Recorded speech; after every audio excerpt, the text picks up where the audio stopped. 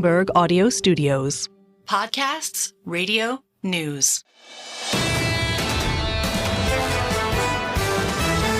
This is the Bloomberg Surveillance Podcast. I'm Tom Keene, along with Paul Sweeney. Join us each day for insight from the best in economics, finance, investment, and international relations. You can also watch the show live on YouTube. Visit the Bloomberg Podcast channel on YouTube to see the show weekday mornings from 7 to 10 a.m. Eastern from our global headquarters in New York City. Subscribe to the podcast on Apple, Spotify, or anywhere else you listen, and always on Bloomberg Radio, the Bloomberg Terminal, and the Bloomberg Business app. We have the right guy at the right time on a 5% nominal GDP ending June 30 comment. Stuart Kaiser, I got goosebumps right now, how you were out 2 years ago saying it will be okay, and as I've always said, corporations will adjust. In your mind, away from Andrew Hollenhorst and Victoria Clark, are you modeling a slowdown? We're a little more worried about it than we have been probably in the last 18 months, I would say. Veronica and Andrew definitely have a recession kind of later this year. We have seen some, I think, shots across the bow on the weak data perspective. But as you mentioned, GDP strong this morning. Claims are up to 238,000. So, in our view, the macro backdrop is positive for equities. You've got solid jobs growth. You've got inflation easing below consensus. You've got a Fed that wants to cut. So that to us says you want to keep running long equity risk. Gina Martin Adams parses down the income statement. She sees solidity. She's worried about revenue shortfall. If I have a 5% Q2 nominal GDP, how do I have a revenue shortfall? Probably unlikely. I think that the biggest risk in the back half to me would be, even though 5% sounds high from a nominal perspective, compared to what we had a year or two ago, that nominal number is lower. And I think the question is, in a slowing nominal environment, do we see downward pressure on margins? But look, big picture, I think the earnings outlook looks pretty strong. 12-month forward EPS is like $260, which is a very big number. So look, I think the earnings outlook is still pretty solid. The challenge is that the expectations around that earnings outlook are quite high. And if you look at this quarter to date, 46% of companies have traded up on earnings. Historically, that's like 52. So less than half of companies are trading higher on their earnings prints, I think, which tells you how high the bar is this quarter. Tom Stewart's got this great stat here. I'm just looking at it. SPX yesterday had its first 2% down day in 365 trading days. So, I mean, that goes to the strength and consistency of this market here, which I guess is even more amazing in the context of the Fed's been raising rates. It's just what happens when the Fed starts really cutting rates? Yeah, it's been really impressive, Paul. I think part of that is just the fact that you sort of clipped the tail off inflation, which helped. A lot of people are blaming vol selling and sort of all these systematic strategies that are fundamentally supporting the market, and I think that's probably partially the case.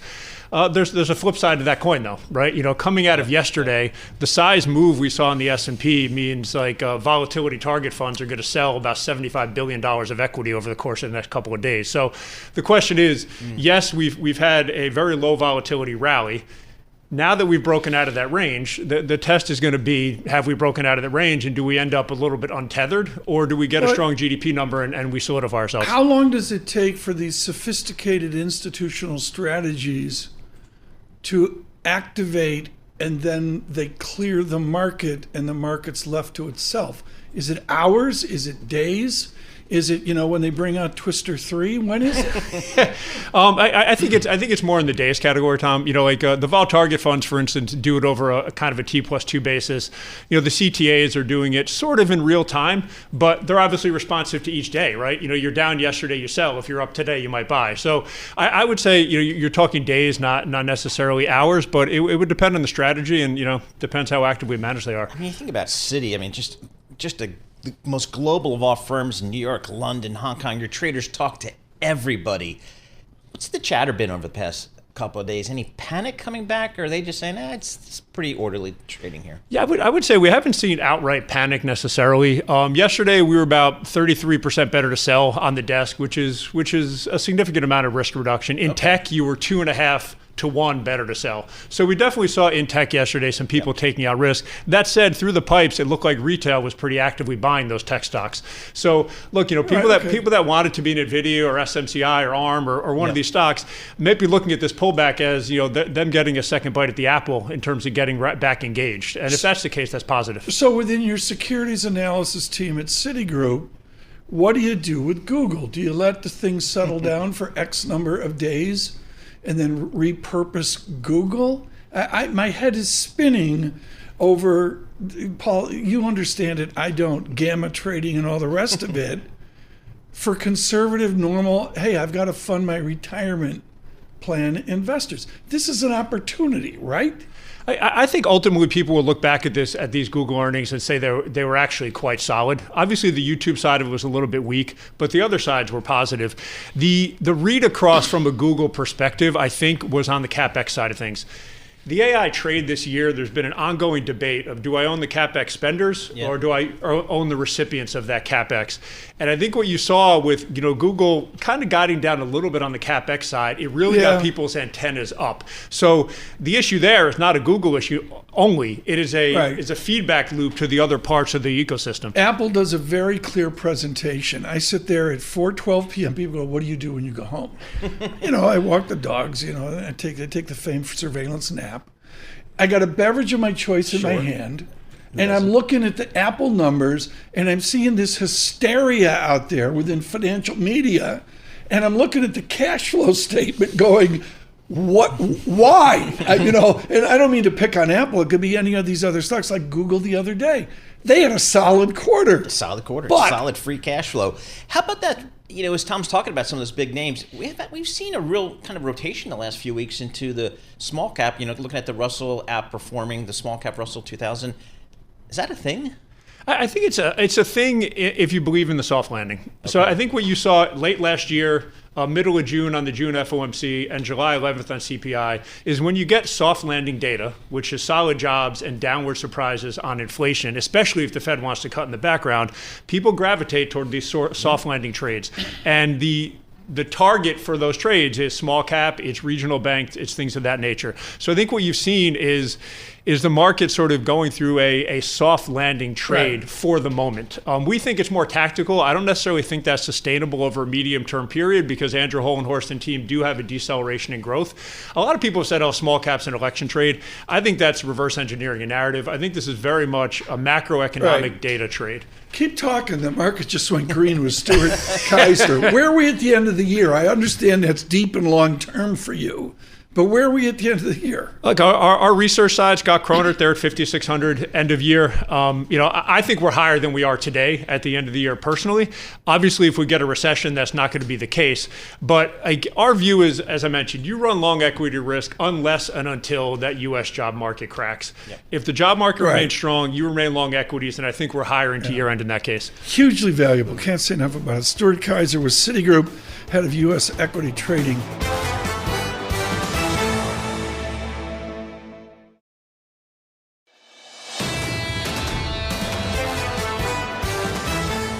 What we're going to do is stop on a July morning with our heads spinning over the American history lessons of the last 10 days. We have a guest esteemed in Washington, Libby Cantrill with PIMCO, out of Brown, out of Harvard, with some serious effort at Morgan Stanley to understand inside the Beltway. And I just want to stop and I want to talk about two senators and how they were different. How is I had the honor of speaking with Senator Obama by the Bruin Zamboni when he was a senator. Nobody knew who he was. How is Senator Obama different from Senator Harris in Libby Cantrill's world? Or were they the same, just two young junior senators?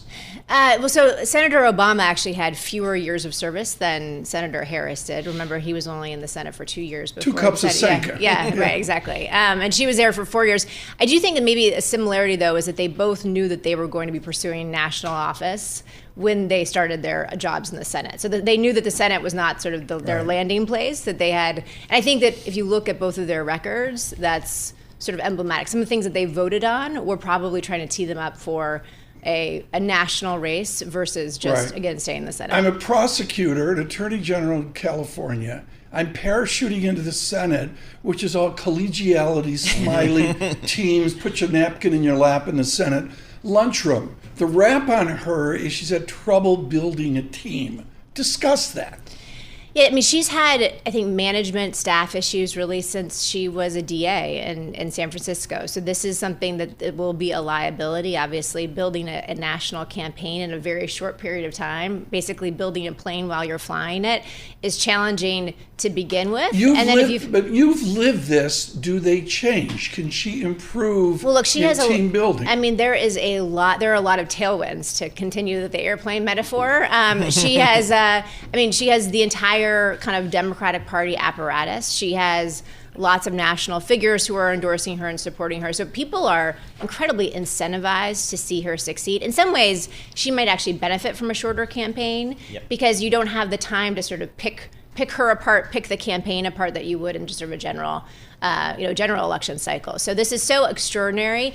I don't think those are going to be the things that are really going to weigh on voters. What I think her liability, though, is that platform that she ran on in 2020.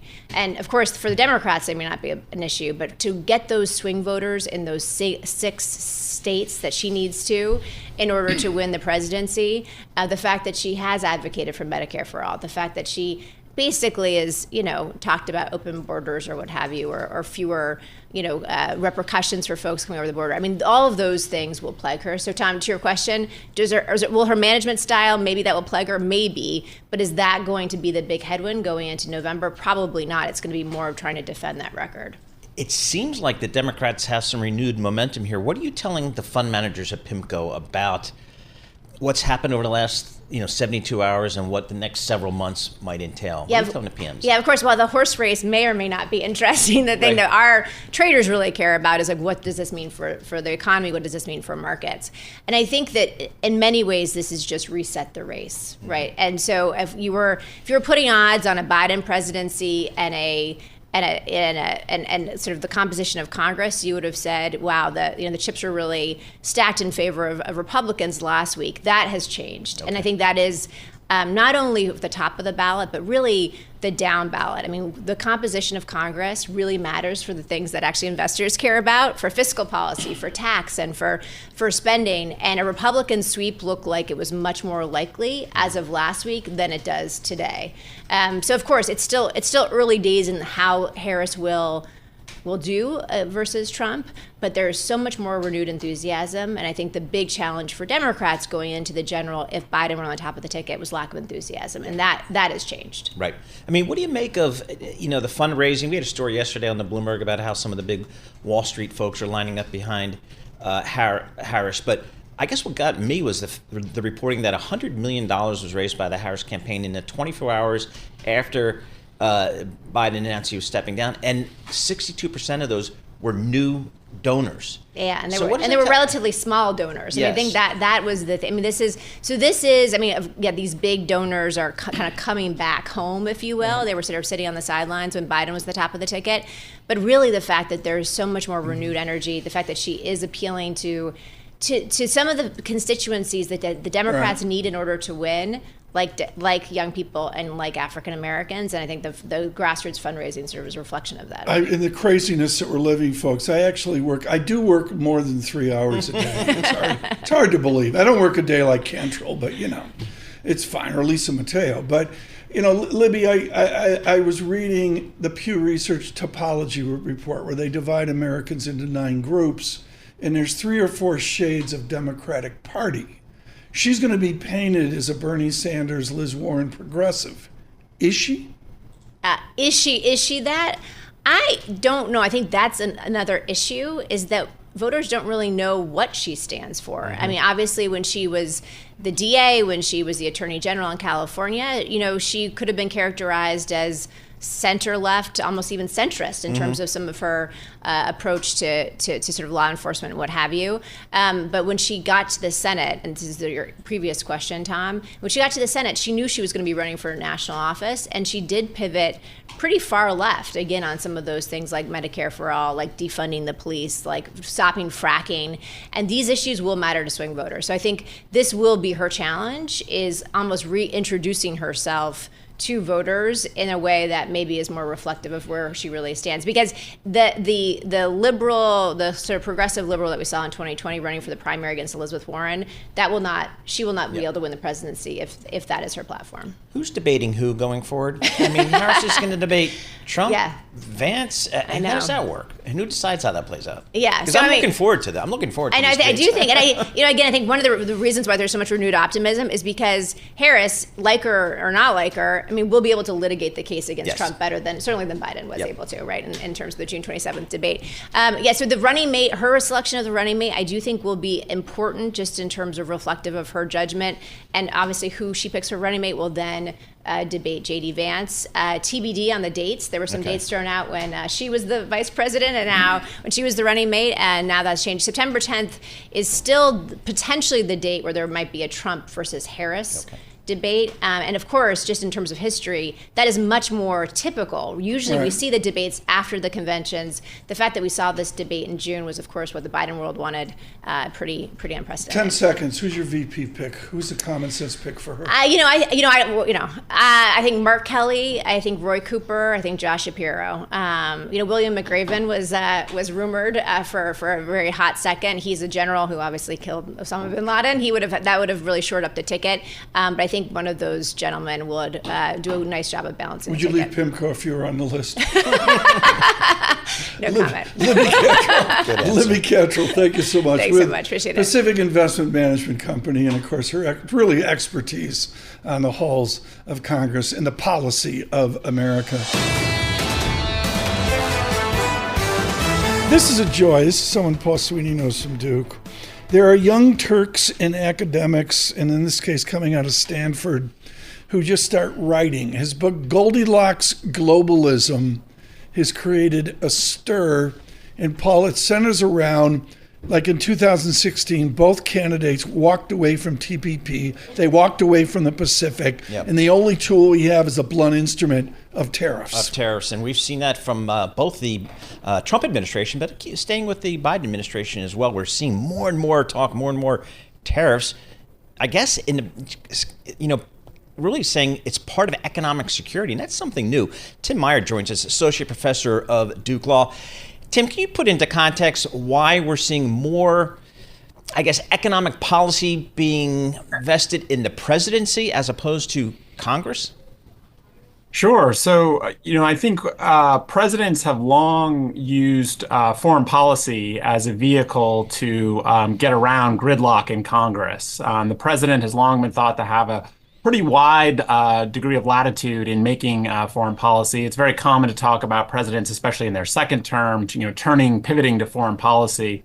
And one of the things that we've observed since President Trump first took office in 2017 is that foreign commerce, commercial policy, has kind of gotten wrapped up in that bubble. Congress has granted the president a pretty broad degree of discretion in setting trade restrictions, in particular, in negotiating new trade agreements. The president, multiple presidents have kind of treated it as their prerogative to go out and negotiate new trade agreements. President Trump obviously treated it as his prerogative to impose a wide degree of tariffs on steel, aluminum imports from China. Obviously, he tried to regulate foreign investment in businesses like TikTok. There's some question about the legality of those actions, whether or not that goes too far in terms of cutting Congress out of the sort of policymaking framework. But economic security has been what the Trump and Biden administrations have really leaned on to say, look, this is a security issue. This is for the president. So I guess where is Congress on this? I mean, again, if I were in Congress, I think the framers wanted Congress to have some of these powers. Yeah, so if you read the Constitution, that is what it says. So the Constitution makes pretty clear that Congress has authority, exclusive authority, to regulate foreign commerce. Congress also, when we talk about tariffs are just taxes, right? They're just taxes on imports. And so the power to set taxes is also for Congress in the Constitution. Really, for most of the first 150 years, Congress did set tariffs. And it was really in the 1930s that, as part of kind of building out of the Great Depression and negotiating what ultimately became the World Trade Organization in the 1990s, that authority over tariffs really started to get delegated to the president. Yeah, go ahead. Well, I'm going to go to Smoot-Hawley. You got a guy from Utah, a guy from Oregon. They blow up the world in 1929. We all know what happened after that. Do you look at Trump-Harris, and there's no difference in we're going to get them, we're going to get China, and Trump and Harris, whoever, is going to be on the edge of a new Smoot-Hawley? So President Trump is clearly talking about ideas that are in that ballpark. He's talking about an across-the-board 10% tariff. He's talking about 60% tariffs on Chinese imports. That's clearly in the Smoot-Hawley range. And there have been estimates that say, look, that amounts to roughly a $1,700 per year per household tax increase, effectively, that President Trump is proposing. I don't think Vice President Harris is talking about anything in that range. As you all mentioned, the Biden administration has by and large continued some of the tariffs that President Trump imposed when he was first in office. They've tried to be a little bit more targeted, I think, in some of what they've done, particularly in kind of trying to calibrate some of the tariffs on China. But I don't think from Vice President Harris you're likely to see anything like the sort of 10% across the board tariff hike that the former president is proposing. Is there a sense that Congress is going to fight to get some of this power back? Yeah, I think there are folks in Congress that are interested in doing that. When President Trump, when he was first sort of rolling out these tariffs in 2017, 2018, 2019, you saw some bills actually introduced mostly by Republicans in Congress that would try to claw back some of the president's authority to just set tariffs without so much as a buy or leave. One of the interesting things about this year, the kind of end of the 2024 year, is that with President Biden stepping down, with former President Trump running for office again, making this, similar kinds of ratcheting up proposals, there might be a window in which we could see Congress try to take some action to claw back some of this authority that it's given the president. Just one more question, if we could. What is your best outcome to either peel back tariffs or restructure tariffs, say in February or March of next year?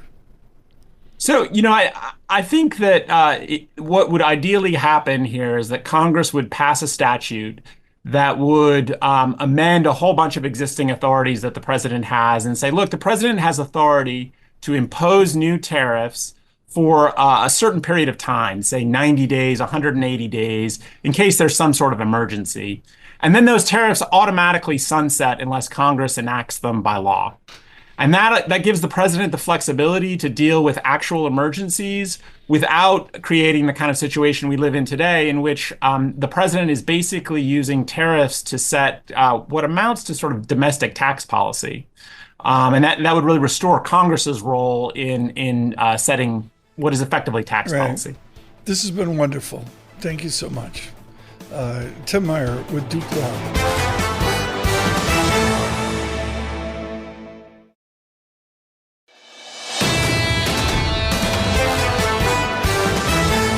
Out on YouTube, the most important project of the day, the Lisa Mateo Hour. The front page is, my agent just called in Lisa and said I have to sit up straight. So I'm sitting up straight for the Lisa Mateo Hour. What do you got? Thank you. Oh, and by the way, a quick shout out. I forgot to mention yesterday in the live chat, I think it was Tom or Tim, said the newspaper segment needs to go an hour.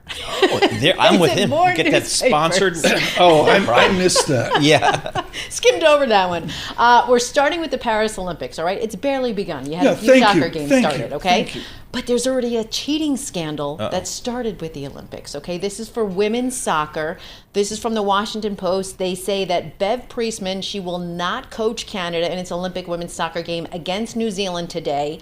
The reason why is because members of her staff, they flew drones over New Zealand's practices on Friday and Monday. I guess they were trying to get a little inside peek as to what they were doing. But she put out a statement. The coach said that she is responsible for the conduct. She said she decided to voluntarily withdraw from coaching. She apologized to the players of New Zealand and Team Canada, but she said she didn't know that the recordings were being taken. So I'm like as not into this as anybody can be, and I'm fascinated to see the opening ceremonies because they're going down the river. I know. Or up the river. I don't know which, but I can't imagine, by the Pont Neuf and the rebuilding of Notre Dame, to see however they're going to do. What are they going to be, in the party boats? When Sweeney goes over, he's on the dinner boat. He gets tickets. I can't get tickets in Paris, but that'll be interesting. It'll be fun. It'll be spectacular TV, I think. Tomorrow we get that. Lisa, what's next? Okay.